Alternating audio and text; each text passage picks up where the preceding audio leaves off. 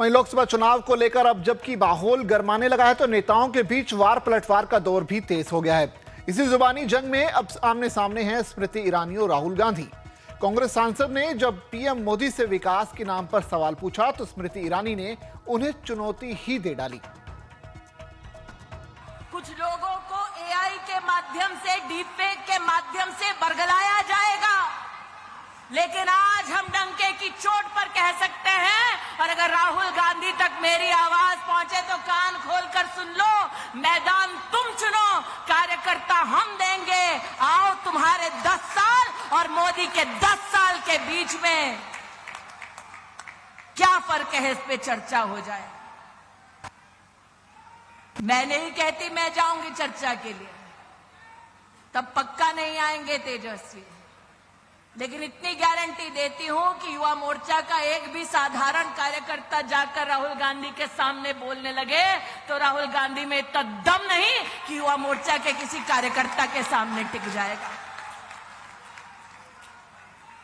और अगर युवा मोर्चा के किसी कार्यकर्ता को यह मौका मिले कि जो अन्याय करने के बाद न्याय यात्रा निकालने का ढोंग कर रहे हैं, उनसे अगर बात करने का मौका मिले, तब एक प्रश्न अपनी दीदी की ओर से जरूर पूछना कि प्रभु राम के अस्तित्व को नकारा, भारत की सेना के शौर्य को धिक्कार कर राहुल गांधी और उसके नेताओं ने देश की संसद में भारत की सेना से प्रमाण मांगा उनके पराक्रम का। मैं उस महाराष्ट्र में काम कर चुकी हूं जहां पर 26/11 का आतंक हम सब ने अपनी आंखों से देखा। हम सबको याद है, पाकिस्तान से आतंकवादी आए, मुंबई की सड़कों को लहूलुहान कर दिया और दिल्ली में बैठी सोनिया मैडम की सरकार चुपचाप तमाशा देखती रही। आप अदानी जी की कंपनी की लिस्ट निकालो, उसमें पता लगाओ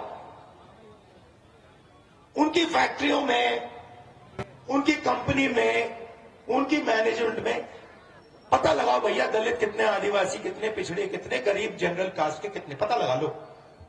एक नहीं है उसमें। तो पब्लिक सेक्टर का रास्ता बंद कर दिया। अब तीसरा रास्ता क्या था आपका? तीसरा रास्ता था एग्जाम करो, पुलिस में जाओ, पटवारी, सरकारी नौकरी करो।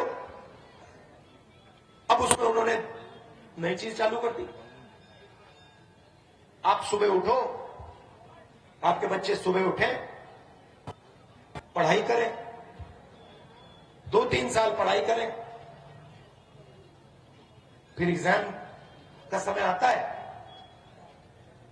गरीब बच्चा इस साइड देखता है, वही 2-3-4% लोग सुबह आते हैं, उनके मोबाइल फोन पे 2-3 दिन पहले पेपर आ जाता है, पेपर लीक हो जाता है।